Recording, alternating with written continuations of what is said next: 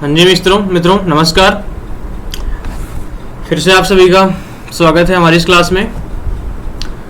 जी हाँ, we firstly welcome to all of you and let start on class.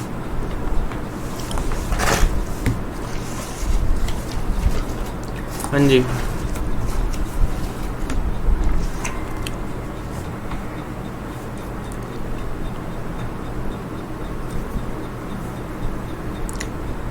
we first of all welcome to all of you.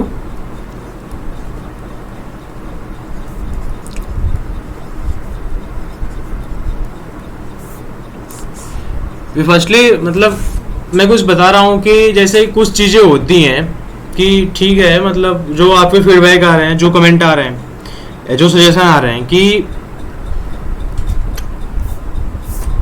कि चीज़ों को मतलब आप ख़त्म करेंगे कि नहीं। तो मैं बोला था कि जब पहले दिन आया था कि मैं इंडियन कॉन्स्टिट्यूशन एंड पॉलिटी, भारतीय संविधान और राज्य व्यवस्था, ठीक है। तो इस सब्जेक्ट को मैं बोला था अगर एक व्यूज नहीं आएंगे ना, मतलब ऐसा नहीं है मतलब मैं बोल रहा था कि अगर कुछ भी नहीं होगा ना तो एट द एंड मैं पूरा पढ़ा के जाऊंगा। अगर मुझे रिस्पांस मिला इस बैच से जो मैं पढ़ा रहा हूँ, अगर इससे रिस्पांस मुझे मिला तो डेफिनेटली मैं और टीचरों को लाऊंगा। मैं हिस्ट्री के लिए लाऊंगा, हाँ जी, इकोनॉमी के लिए लाऊंगा, हाँ जी। हिस्ट्री में, मॉडर्न हिस्ट्री में बस पढ़ा सकता हूँ, अदरवाइज मुझे उतना नॉलेज, मैं मतलब उस टाइप का नॉलेज नहीं कि मैं एशियंट और मिडल पढ़ा दूँ। हाँ जी, मॉडर्न जरूर पढ़ा सकता हूँ मैं जी। हाँ, इकोनॉमी लाऊंगा, जियोग्राफी के लिए लाऊंगा, हाँ जी, इन्वायरमेंट इकोलॉजी के लिए भी लाऊंगा जी। तो अगर मुझे रिस्पांस मिलता है अगर इस बैच से, तो हर कोई एक ही सब्जेक्ट पढ़ा सकता है ना, हर कोई हर सब्जेक्ट नहीं पढ़ा सकता है। तो हर किसी व्यक्ति की भूमिका एक सब्जेक्ट पढ़ने और पढ़ाने का मतलब मेरे अनुसार तो एक सब्जेक्ट ही जानना बहुत बड़ी बात होती है। किसी एक सब्जेक्ट मतलब किसी भी एक विषय में आपकी नॉलेज कितनी गंभीरता तक है वो मैटर करता है। तो आपके पास कितनी नॉलेज है उस सब्जेक्ट को लेके, उस विषय को लेके आपके पास कितनी गहराई तक नॉलेज है आपके पास, मैटर वो करता है। तो मैं फिर से बोल रहा हूँ कि अगर मुझे रिस्पांस मिला ना तो मैं इन टीचरों को भी लाऊंगा। और गाइस, मतलब आई एम सेइंग टू कि इंडिया लेवल के टॉप एजुकेटर होंगे, मतलब अपने आप में अच्छे एजुकेटर होंगे अपने आप। हाँ जी। और आप यहाँ पढ़ रहे हो ना, आप अदरवाइज आप किसी कोचिंग में पढ़ लेना कि यही होती चीज़ें थोड़ी फ्री मिलती तो हाँ समझ में नहीं आता। लेकिन मैं सच बता रहा हूँ, आप किसी भी बड़े इंस्टीट्यूट में जाकर पढ़ लेना, किसी भी बड़े इंस्टीट्यूट में जाकर पढ़ लेना, आपको ना कंटेंट के लेवल पे या आपको पढ़ने के लेवल पे, मे भी मेरा एक्सपीरियंस उतना नहीं है, लेकिन हाँ मैं एक चीज़ कहता हूँ कि एग्ज़ाम हाल में आप क्वेश्चन बना के आओगे। और जिस दिन पहले दिन मैंने आपसे प्रॉमिस किया था कि हाँ जी 20 क्वेश्चन आते हैं ना अगर पॉलिटी में, तो 16 से 18 क्वेश्चन आप बना के आओगे। और इसी कक्षा को अगर आपने ध्यान से सुन लिया ना, मैं बोला था कि बस ध्यान चाहिए 100%, कुछ नहीं चाहिए इस कक्षा में, ध्यान चाहिए और आपका रनिंग नोट्स बनना चाहिए। जितना मैं बता रहा हूँ जिन चीज़ों को, आप उन चीज़ों पर बिल्कुल सटीकता से अमल कीजिए। और उसके बाद रिजल्ट नहीं आता है ना तो डेफिनेटली उसे अब मुझे बताओ उसके बाद। और मैं फिर से कह रहा हूँ कि आप अच्छे से पढ़ लो ना इस बैच को, दोबारा कभी पढ़ने की जरूरत नहीं पड़ेगी। आप कहीं भी देख लेना, कहीं भी पढ़ के देख लेना, आपको खुद ही समझ में आएगा कि हाँ ये जो क्लासेस हैं इसका कितना महत्व है, इन क्लासेस का कितना इंपॉर्टेंस है और उन क्लासेस का कितना इंपॉर्टेंस है। बस बात यही है कि अपन अभी स्टार्ट किए हैं। हाँ जी, हाँ जी, स्टार्ट किए अभी, तो स्टार्टिंग लेवल पे प्रॉब्लम आती है। और मैं आपसे प्रॉमिस करता हूँ कि डेफिनेटली अगर आप बताएंगे, अपना फीडबैक देंगे कि हाँ what's my problem, then I will resolve यार। अगर आप बताते हैं कि हाँ ये मेरी समस्या है, तो मैं उनको उन समस्याओं का समाधान करने की संपूर्णतः कोशिश करूँगा। इसमें बिल्कुल आपका अगर फीडबैक आता है, बिल्कुल आप निष्पक्ष होकर बिल्कुल ईमानदारी से फीडबैक दो, अच्छा है बुरा है, डेफिनेटली यू टेल मी, आप बताओ मुझे। हाँ जी,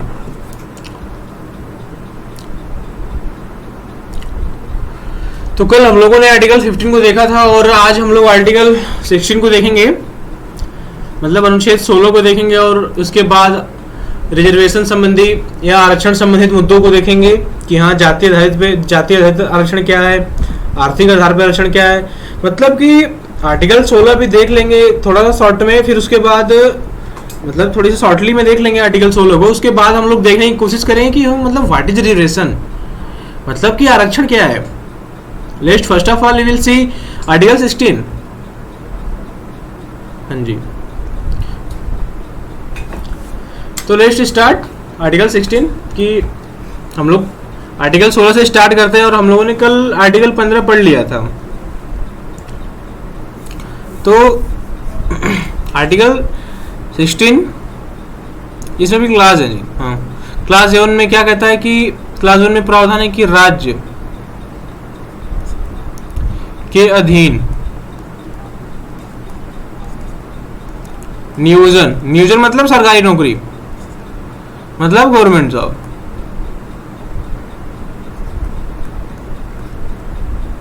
में अवसर की समानता होगी।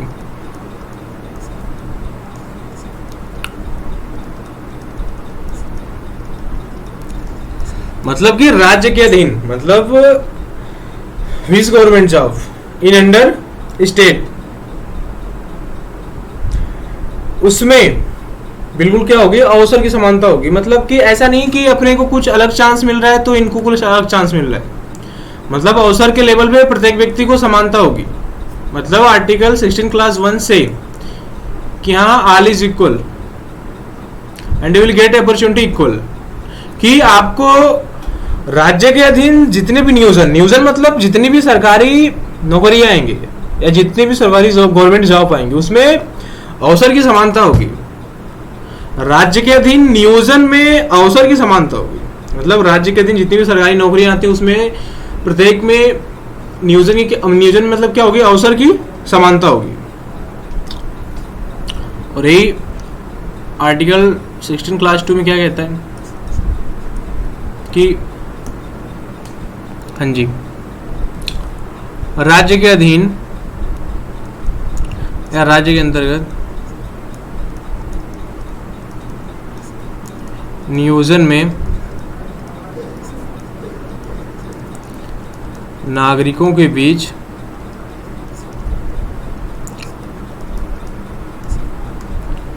धर्म, मूल वंश, लिंग, जन्म स्थान, क्षेत्र आदि के आधार पे भेदभाव नहीं किया जाएगा।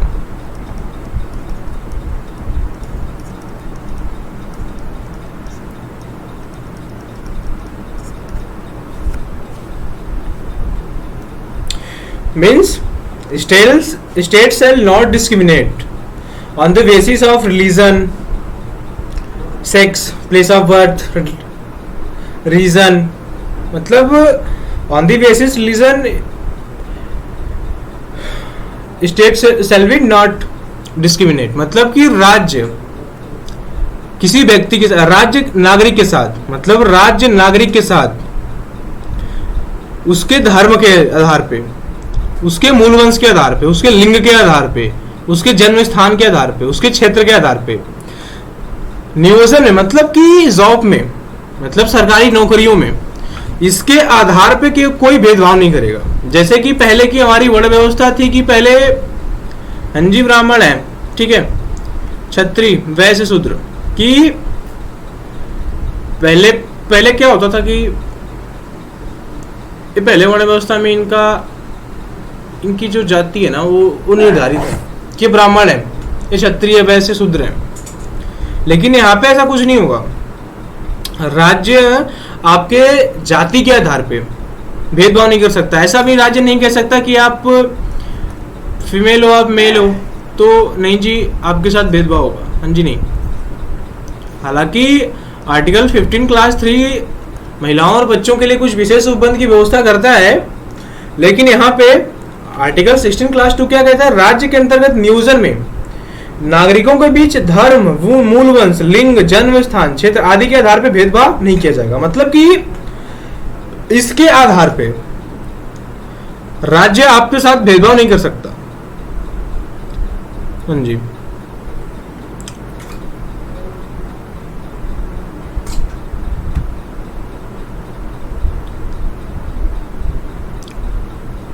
फिर क्या है, आर्टिकल 16 क्लास 3 संसद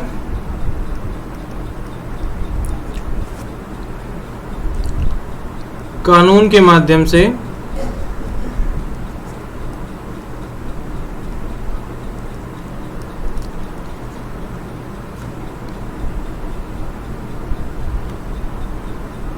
निवास को, मतलब कि इसको आप बोल सकते हो ट्राइबल एरिया ना, निवास को किसी क्षेत्र में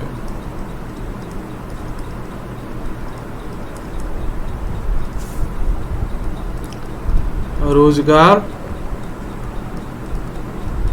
पाने की शर्त बना सकता है।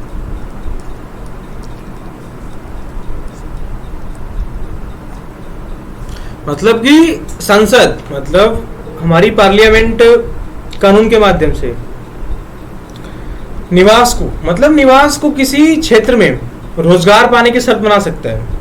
कि निवास मतलब निवास जैसा, ऐसा नहीं कि आप सही जगह रह रहे हो, कि मतलब संसद कानून बनाएगी तो सोच समझ के बनाएगी ना, मतलब कि हाँ भाई साहब इनको जरूरत है इस कानून की तो इनके लिए बना देते हैं अपन।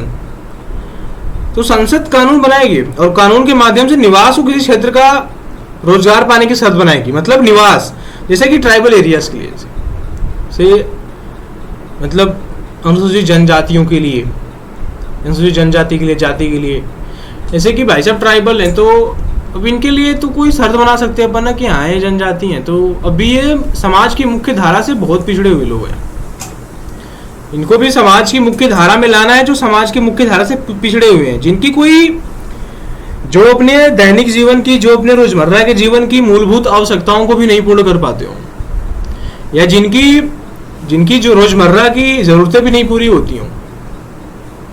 तो संसद कानून के माध्यम से निवास हो किसी क्षेत्र को, मतलब किसी क्षेत्र में रोजगार पाने की शर्त क्या कर सकता है, बना सकता है, हाँ जी। इसको पहले ना आर्टिकल को देख लेते ना पूरे, कि हाँ आर्टिकल मतलब क्या कहता है।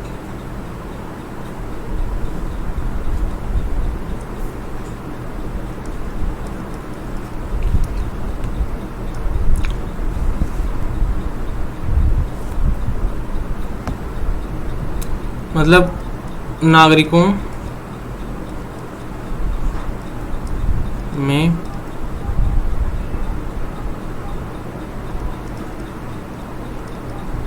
पिछड़े वर्ग के लिए आरक्षण या विशेष प्रावधान किया जा सकता है।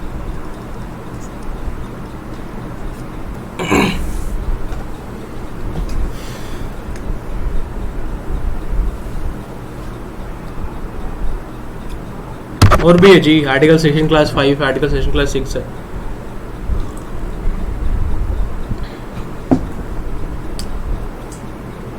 तो नागरिकों में, जैसे कि राज्य नागरिकों में पिछड़े वर्ग के लिए आरक्षण, मतलब पिछड़े वर्ग के लिए आरक्षण किया जा सकता है, मतलब पिछड़े वर्गों को सरकारी नौकरियों में आरक्षण दिया जा सकता है।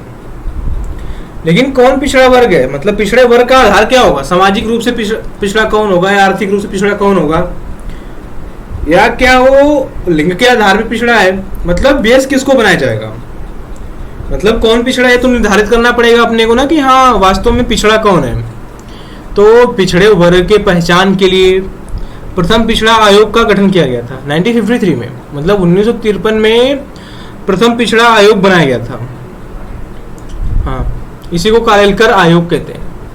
तो मतलब अपने को ये तो डिसाइड करना पड़ेगा ना कि हाँ पिछड़े कौन है, मतलब पिछड़े कौन है इसका निर्धारण करना सबसे पहले जरूरी है। कि अगर अपने को पता ही नहीं है कि पिछड़ा वर्ग कौन है तो हम किसके लिए आरक्षण करेंगे। सबसे पहले या सबसे जरूरी बात तो यही हो जाएगी अपने लिए कि हाँ हमको पिछड़ा वर्ग कौन है इसी की पहचान पहले हो जाए। अगर आपको पता ही नहीं है कि मुझे मिड डे मील योजना चला रहे हैं, अपन चला रहे हैं या कोई योजना चला रहे हैं, वो बस गरीबों को देनी है और पता ही नहीं होगी गरीब कौन है, तो किसको ला के दे देंगे अपन। पहले तो पता होना चाहिए ना कौन गरीब है, मतलब नागरिकों में पिछड़े वर्ग की पहचान तो पहले होनी चाहिए ना कि हाँ पिछड़ा वर्ग है कौन। तो इसके लिए लिखिए कि इसके लिए 1953 में प्रथम पिछड़ा आयोग का गठन किया गया, जिसे कालेलकर आयोग कहते हैं। और उसके बाद आता है जी 1979 द्वितीय पिछड़ा वर्ग आयोग, द्वितीय पिछड़ा वर्ग आयोग का गठन किया गया। इसी को बोलते हैं मंडल आयोग।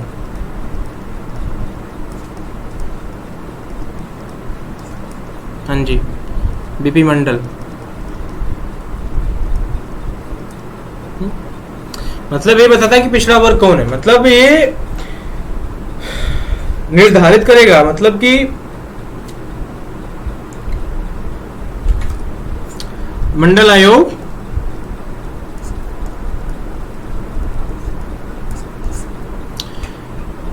द्वितीय मंडल मतलब द्वितीय पिछड़ा वर्ग आयोग, मतलब इसी को मंडल आयोग के नाम से जानते हैं, वो जो कि 1979 में बनाया गया था। और मतलब इसको पहचान करने के लिए दी गई कि हाँ बताइए पिछड़ा वर्ग कौन है। और इसने मतलब मंडल आयोग ने अपनी रिपोर्ट 1980 में प्रस्तुत करता है।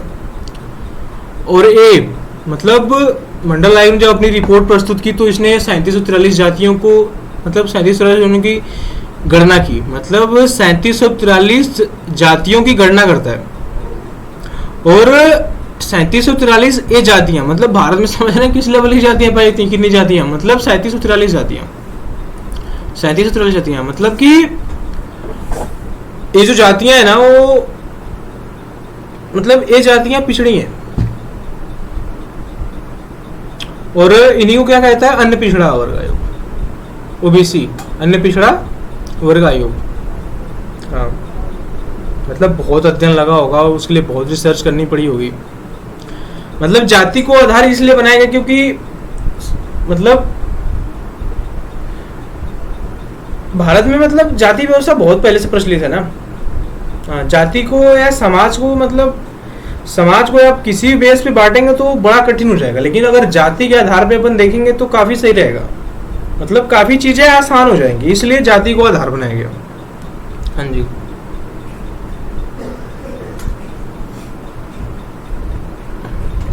हाँ जी,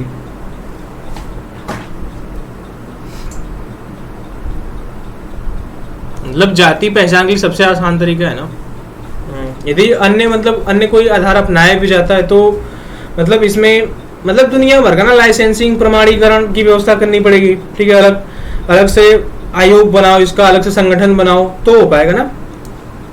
तो मंडल आयोग की जो रिपोर्ट थी वो लिखते हैं इसको अपन कि द्वितीय पिछड़ा वर्ग आयोग मतलब कि बीपी मंडल है, मंडल आयोग। इसने 1980 में अपनी रिपोर्ट प्रस्तुत की। इसने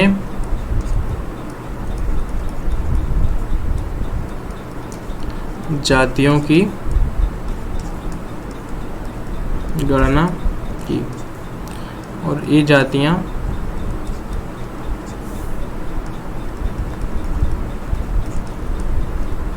जनसंख्या का मतलब कुल जनसंख्या का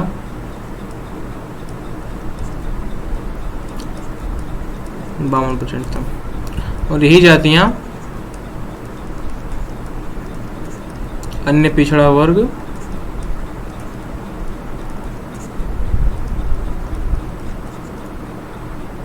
चले।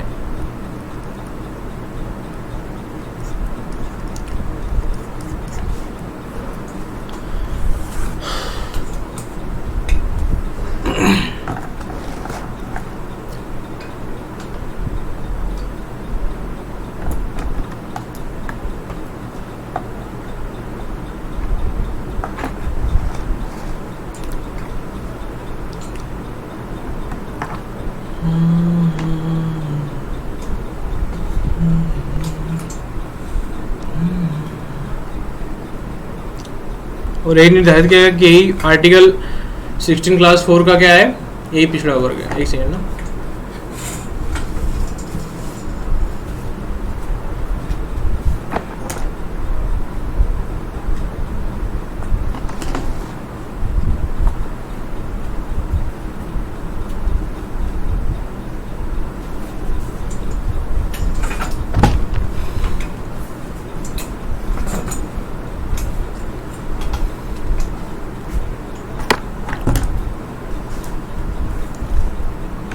और लिखिए इसमें कि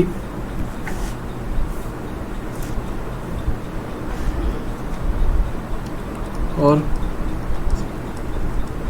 यही निर्धारित किया गया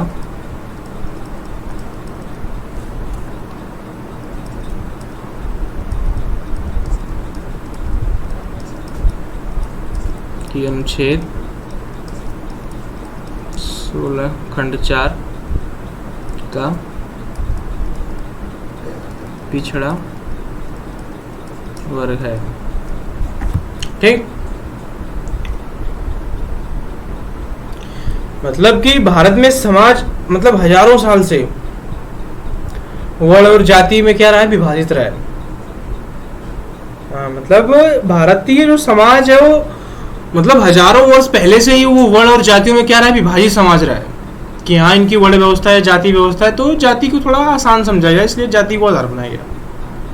और हमारा गवर्नेंस का जो तर्क है वो भी यही कहता है कि जो गवर्नेंस का तर्क है कि मतलब जाति पहचान के लिए मतलब सबसे आसान तरीका है, मतलब सबसे आसान पद्धति है। हाँ,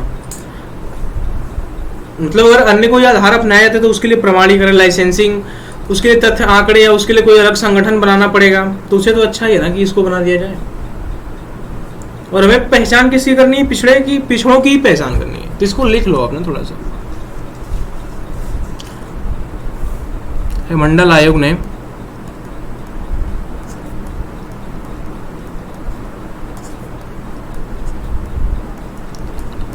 जाति के आधार पर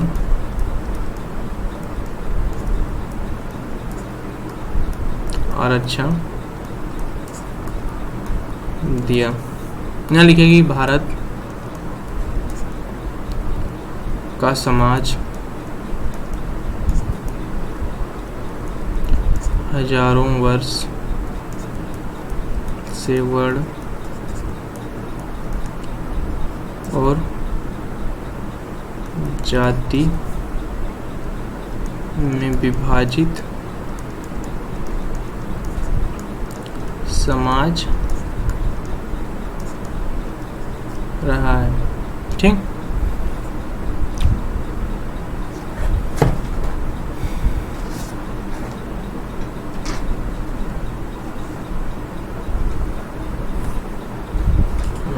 मतलब कि भारत का समाज हजारों से वर्ण और जाति में भाई समझ रहा है। जैसे कि मतलब यहाँ पे आप नहीं बोल सकते कि किसी व्यक्ति की अगर आर्थिक स्थिति बहुत सही है तो उसको समाज में बहुत वरीयता दी जाती होगी, या उसकी सामाजिक स्थिति भी सही है, ऐसा नहीं है। अगर हमारी वर्ण व्यवस्था को देखोगे आप तो क्या वैसे के पास बहुत पैसा था लेकिन उसकी क्या समाज में वही इज्जत थी जो ब्राह्मण की थी? नहीं। क्या उसको वही सामाजिक दर्जा प्राप्त था जो एक ब्राह्मण को था? जी नहीं। हमारी वर्ण व्यवस्था में वैश्य के पास या वो व्यापार करते तो उनके पास कहीं ना कहीं धन का अभाव नहीं था, उनके पास धन पर्याप्त मात्रा में था, लेकिन ब्राह्मण के पास या ब्राह्मण लोगों के पास वैसे की तुलना में या तुलनात्मक रूप में या अपेक्षाकृत उनके पास कम धन था। लेकिन क्या समाज में जो सोशल स्टेटस उनका था, जो ब्राह्मण का सोशल स्टेटस था, क्या वो वैसे का था? जी नहीं। तो आर्थिक आधार मतलब आर्थिक आधार पे मतलब आर्थिक स्थिति तय नहीं कर सकती है हाँ कि समाज में किसी व्यक्ति का स्थान क्या होगा। तो कहीं ना कहीं इसको सामाजिक आधार बनाया गया, कहीं ना कहीं ये सही था।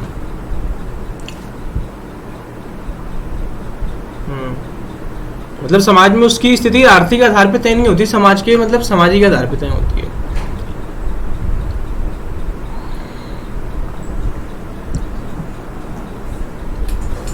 और भारत में ऐसे लिख लो कि आप कि भारत में आर्थिक महत्व से ज्यादा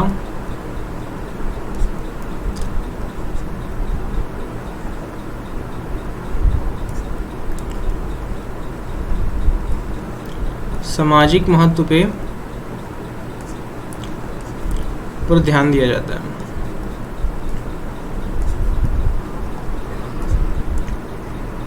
ठीक, यहाँ पे इसको भी लिख सकते हो कोट करने के लिए गवर्नेंस का तर्क कि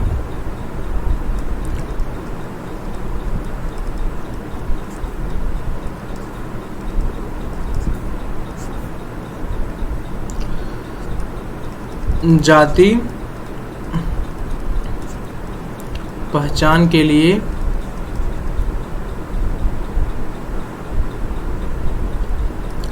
सबसे आसान तरीका है। ठीक, यदि अन्य कोई आधार होगा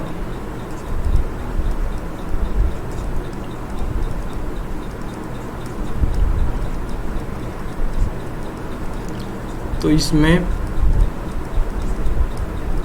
प्रमाणीकरण, लाइसेंसिंग की व्यवस्था करनी पड़ेगी और अलग से संगठन एवं कर्मचारी की व्यवस्था करनी होगी। ठीक, हाँ जी।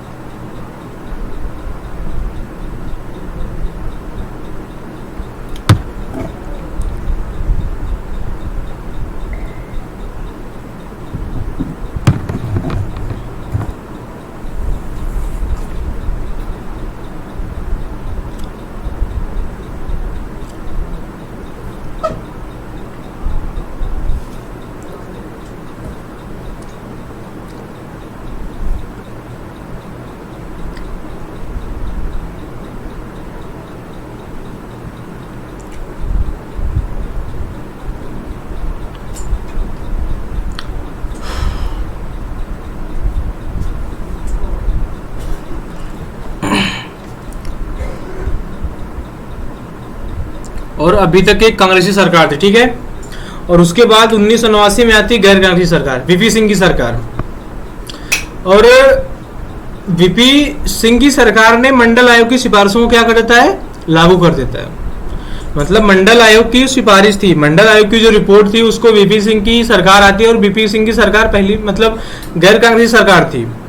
और राजनीति में यही होता है, चुनाव मतदान का मुद्दा या मत का मुद्दा देखे कि हमारे पक्ष में वीपी सिंह की गवर्नमेंट देखती कि हमारे पक्ष में मतलब उनका जो तर्क रहा हो, लेकिन मतलब ऐसे कि उनका यही तर्क रहा होगा कि एक बड़ा बैंक वोट मतलब वोट बैंक हमारे पक्ष में होगा। मतलब 52% ओबीसी थी, तो बीपी सिंह की गवर्नमेंट थी, गैर कांग्रेसी सरकार थी, और बीपी सिंह की गवर्नमेंट थी, मंडल आयोग की सिफारिश को क्या कर दी, लागू कर दी, और उनको ओबीसी को आरक्षण दे दिया गया। तो लिखिए इसको,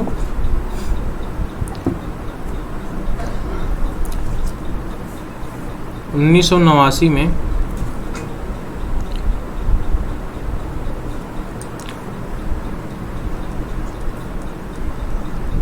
गैर कांग्रेस सरकार थी, बीपी सिंह की ओर ना।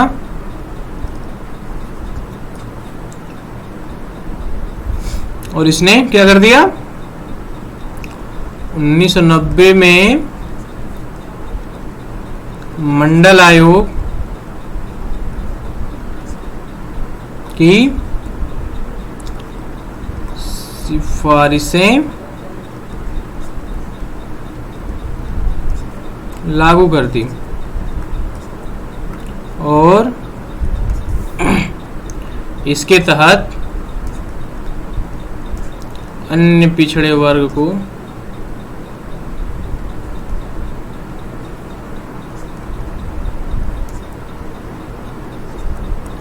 27%, मतलब ओबीसी को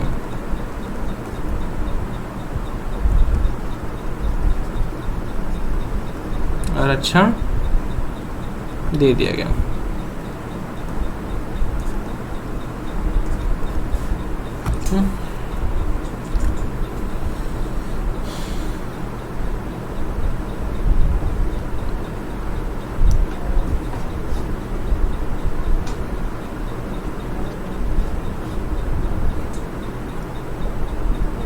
मतलब कि 1989 में गैर कांग्रेसी सरकार आती है और वीपी सिंह की गवर्नमेंट, और वीपी सिंह गवर्नमेंट मंडल आयोग की जो सिफारिशें थी कि जो 3743 जातियां हैं वो अन्य पिछड़े वर्ग की हैं, मतलब जो आर्टिकल 16 क्लास 4 में कहा गया था। हाँ जी, तो और इस मंडल आयोग की जो सिफारिशें थी, मतलब कि जो मंडल आयोग की सिफारिशें थी उसको वीपी सिंह गवर्नमेंट क्या करती है, अप्लाई कर देती है, लागू कर देती है, उसको इनेक्ट करती है। और वो अन्य पिछड़े वर्ग मतलब कि ओबीसी को 27% क्या देती है, 27% का आरक्षण दे दिया। हाँ जी, और उसके बाद फिर से चेंज होती है गवर्नमेंट नरसिम्हा राव की, और उनको लगता है नरसिम्हा राव को कि भाई साहब पूरा एक वोट बैंक तो बिल्कुल खींचा चला गया उधर, मतलब। और उन्होंने नरसिम्हा राव की गवर्नमेंट ने भी आर्थिक रूप से पिछड़े वर्ग के लिए 10% के आरक्षण का क्या कर दिया, प्रावधान कर दिया। जब नरसिम्हा राव की गवर्नमेंट ने 10% का आरक्षण आर्थिक रूप से पिछड़े वर्ग के लिए देने का प्रावधान किया, तो उस समय जो देश की परिस्थितियां थी उस टाइम पे आरक्षण विरोधी नारे लगने स्टार्ट हो गए, धरने, आंदोलन, आरक्षण विरोधी ये सारी गतिविधियां उत्पन्न होने लगी। और उस टाइम पे पूरे देश में, मतलब पूरे राष्ट्रीय स्तर पे पूरे देश में, मतलब कि आरक्षण विरोधी आंदोलन, आरक्षण विरोधी नारे लगने स्टार्ट हो गए थे। जी, इसको देखते हैं भी ना अपन। मतलब पहले से ही जब से संविधान लागू हुआ SC ST के लिए तो आरक्षण था, SC के लिए 15%, ST के लिए 7.5% था, लेकिन अब OBC के लिए भी हो गया 27%। इसके बाद एक केस आता ना, उस केस को देखने के बाद समझेंगे तो ज़्यादा समझ में आएगा ना। अब इतना समझ लो कि यार इतना मोटा सही में चल रहा ना, ऐसे चल रहा है, लिखता हूँ तो चलता ही नहीं है।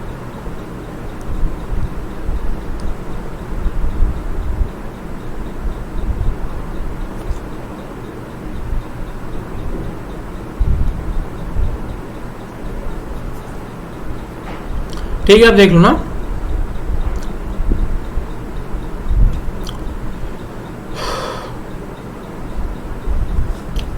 इसको लिख लेते एक लाइन में कि 1991 में नरसिम्हा राव की गवर्नमेंट ने क्या किया, आर्थिक रूप से पिछड़े वर्ग के लिए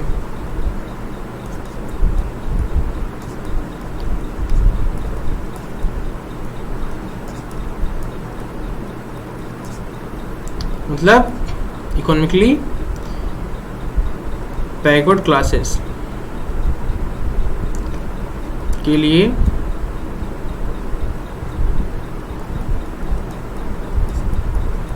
दस % आरक्षण की घोषणा कर दी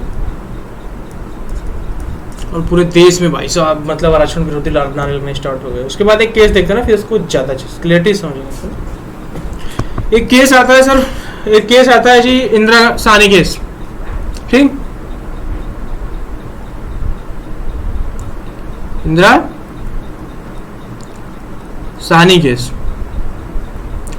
1992, ठीक। और इसमें तर्क दिया जाता है सुप्रीम कोर्ट द्वारा कि सर्वोच्च न्यायालय द्वारा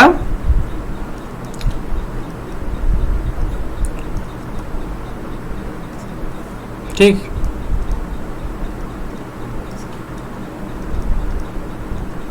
उच्चतम न्यायालय द्वारा या सर्वोच्च न्यायालय द्वारा यह तर्क दिया जाता है कि आरक्षण की जो व्यवस्था है ना,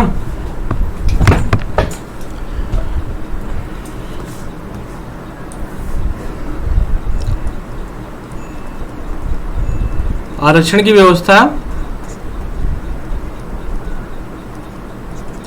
संविधान में वर्णित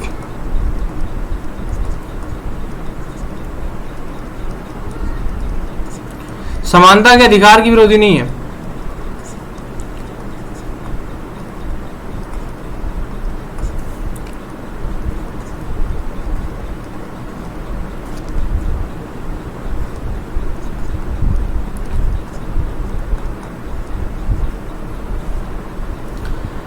सेकेंड लिख लेते हैं पहले इसको, जाति को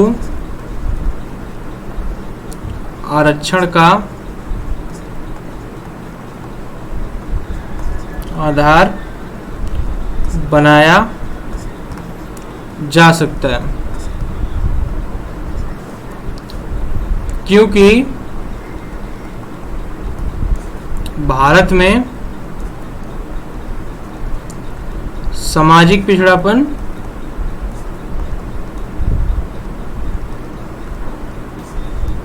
मुख्य पिछड़ापन है।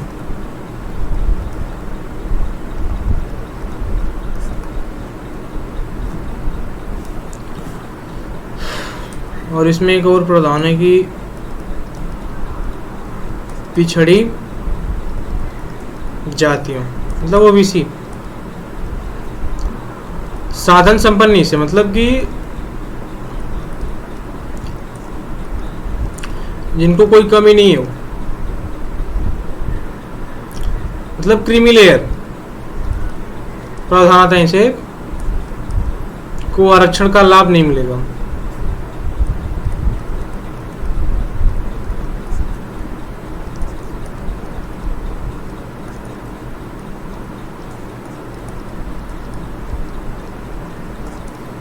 जैसे इंदिरा साहनी केस 1992 से 1992 में सर्वोच्च न्यायालय का डिसीजन आता है कि आरक्षण की व्यवस्था संविधान में वर्णित समानता के अधिकार की विरोधी नहीं है। जैसे कि इसमें केस कहा गया था कि इंदिरा साहनी में कि नहीं है समानता की विरोधी, क्योंकि आरक्षण है, आरक्षण बहुत ज्यादा हो गया। जैसे कि आप जोड़ लो ऐसे कि भाई साहब एसटी के लिए 15% है, एसटी के लिए 7.5% है, ओबीसी के लिए अपन कर दिया 27 और नरसिंह राव जी आगे 10% और कर दिया। जोड़ लो क्या हो गए 7 पॉइंट, यहाँ से इसको यहाँ जोड़ देना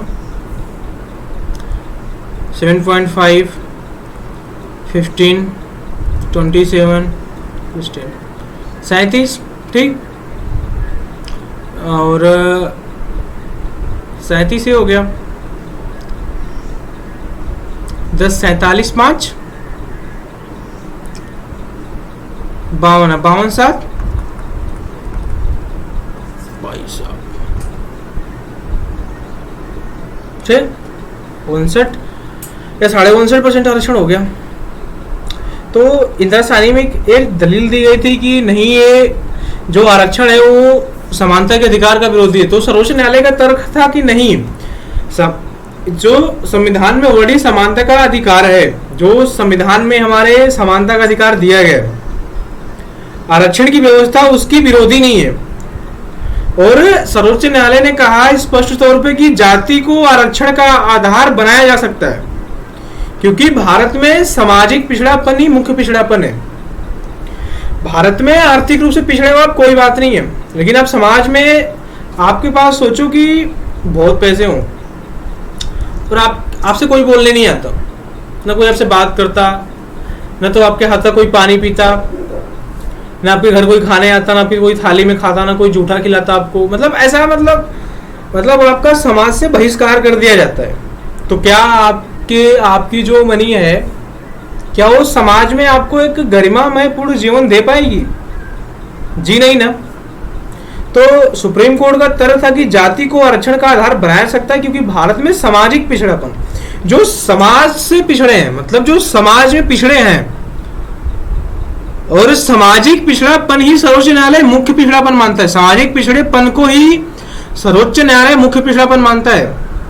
लेकिन इसमें भी कुछ प्रावधान करते हैं इंदिरासानी केस में कि पिछड़ी जातियां में जिनके पास सब कुछ है, जिनकी मूलभूत आवश्यकताएं पूर्ण हो रही हैं, जिनको हर स्तर पे मतलब वो बिल्कुल साधन संपन्न है, उनके पास किसी चीज की कोई कमी नहीं हो, हर रूप से, आर्थिक रूप से, सामाजिक रूप से, हर रूप से वो पिछड़े हैं, तो उनको आरक्षण में मतलब आरक्षण का लाभ उनको नहीं मिलेगा। मतलब यहीं से क्रीमी लेयर का कंसेप्ट आता है कि एक क्रीमी लेयर के संबंध में आ जाएंगे। क्रीमी लेयर का संबंध उनसे होगा जो बिल्कुल हर स्तर पे संपन्न है। तो क्या आपके पास समाज में आपकी एक अच्छी सोशल स्टेटस आपका है, आपके पास बहुत अच्छा बंगला है, बहुत खेत है आपके पास, आपको खाने की कोई कमी नहीं है, आपके पास सब कुछ है, तो क्या आपको आरक्षण देना सही है? जी नहीं ना।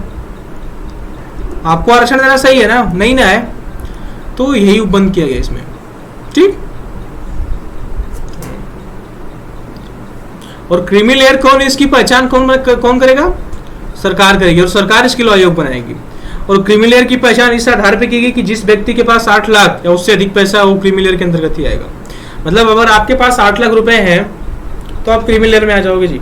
उससे कम है तो ठीक है, आप सामाजिक रूप से पिछड़े वर्ग हो, आप ओबीसी में आओगे। लेकिन अगर आपके पास 8 लाख से, अगर आपकी टोटल इनकम एनुअली अगर 8 लाख से ज्यादा है, तो आप क्रीमी लेयर के तमचे में आ जाओगे आप। मतलब आप फिर क्रीमी लेयर कहलाओगे जी। एक सेकंड ना, आ रही बैकग्राउंड से आवाज, एक सेकंड।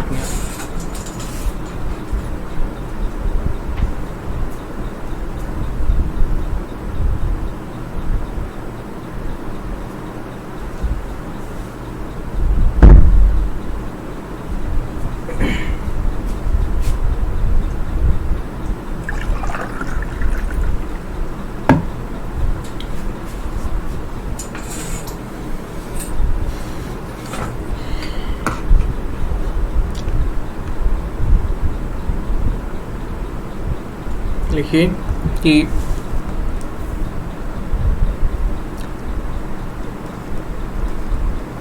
क्रीमी लेयर कौन है, इसकी पहचान सरकार करेगी।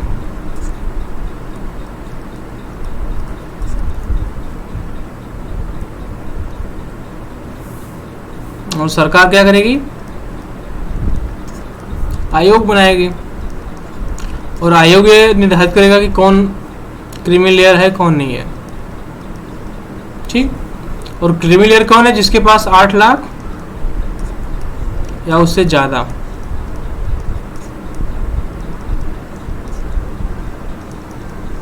वार्षिक आय। ठीक।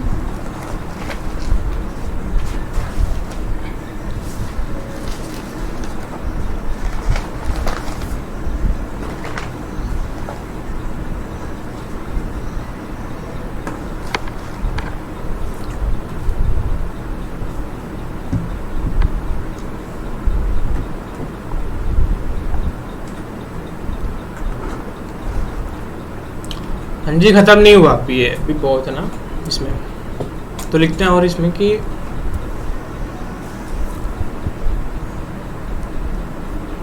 इसमें प्रावधान किया गया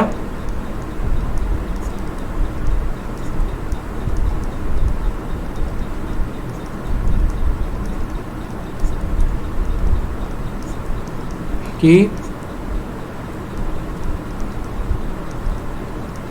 आरक्षण की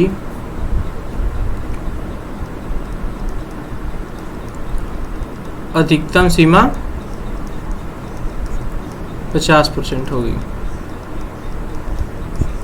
और इसे केवल असाधारण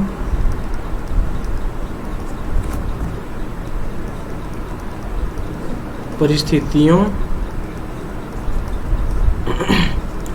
में ही बढ़ाए जा सकते हैं।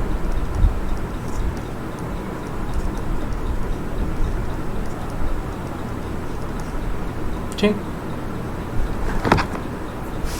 और जो नरसिंह राव जी दिए थे ईबीसी को आरक्षण, आर्थिक रूप से पिछड़े वर्ग को का आरक्षण रद्द कर दिया सुप्रीम कोर्ट ने।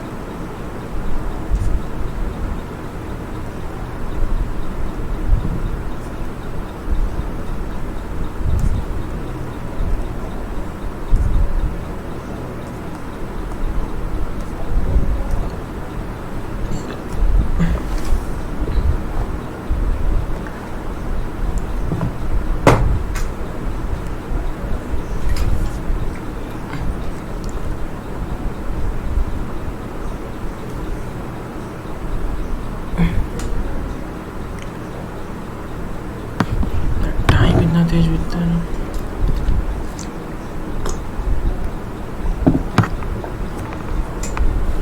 और इंदिरा साहनीवाद में क्या व्यवस्था की गई कि आरक्षण की जो सीमा होगी वो क्या होगी, 50% ही होगी। 50% से ज्यादा आपको आरक्षण नहीं दिया जाएगा। मतलब कि जो आरक्षण की अधिकतम सीमा होगी, आरक्षण की अधिकतम सीमा 50% होगी और 50% से ज्यादा आपको आरक्षण नहीं दिया जाएगा।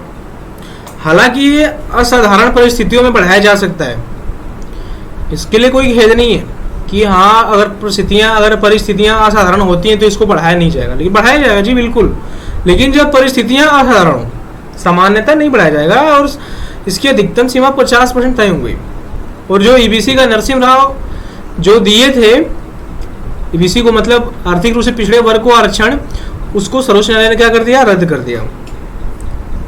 हाँ, ईबीसी का आरक्षण जो 10% था ना, उसको रद्द कर दिया। और सुप्रीम कोर्ट का जो तर्क था कि जो सुप्रीम कोर्ट का मतलब जो लॉजिक था ना, मतलब जो तर्क था कि मतलब 2 कारक पे आपको आरक्षण दिए सकते हैं। मतलब 2 कारक होंगे, एक क्या होगा, सामाजिक कारक, एक आर्थिक कारक।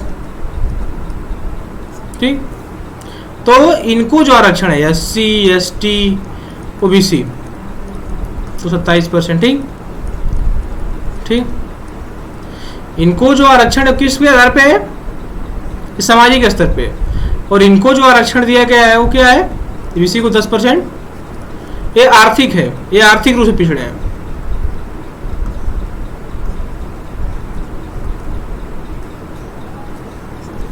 तो भारतीय संविधान के तहत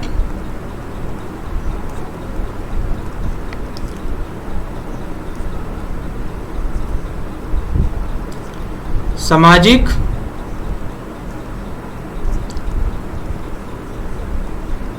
पिछड़ेपन को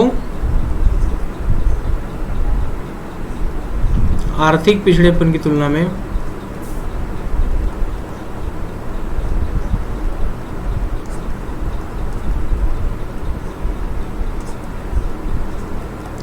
अधिक महत्व दिया जाएगा।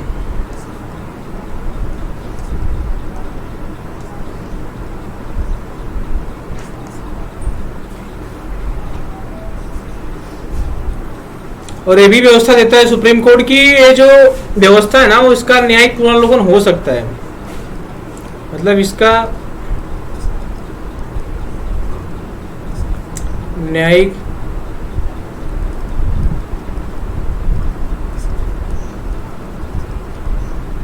हो सकता है, यह अंतिम नहीं है।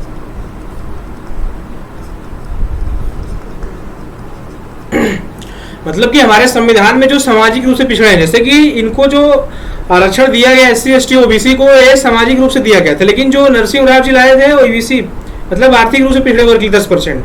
तो हमारे भारतीय संविधान के तहत सामाजिक पिछड़ेपन को आर्थिक पिछड़ेपन की तुलना में क्या रहता है, अधिक महत्व दिया जाता है। मतलब जो सामाजिक रूप से पिछड़े हैं जी, इनको प्रायोरिटी दो, आप इनको प्राथमिकता दो, इनको आप पहले प्राथमिकता दो, इनको बाद में देना। ऐसा नहीं कि इनको नहीं दिया जाएगा। अभी आप देखोगे कि अमेंडमेंट 2009 मतलब सेक्शन क्लास 6 15 क्लास 6 जोड़ा गया ना, तो अभी देखें इसको, अभी देखेंगे इसको। और आगे पदोन्नति में आरक्षण, तो उसको कल देखने की कोशिश करेंगे। Thank you so much.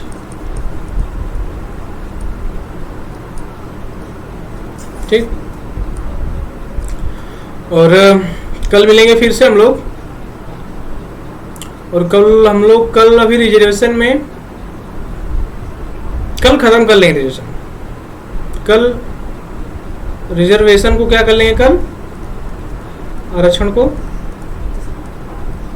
कल समाप्त कर देंगे। ठीक,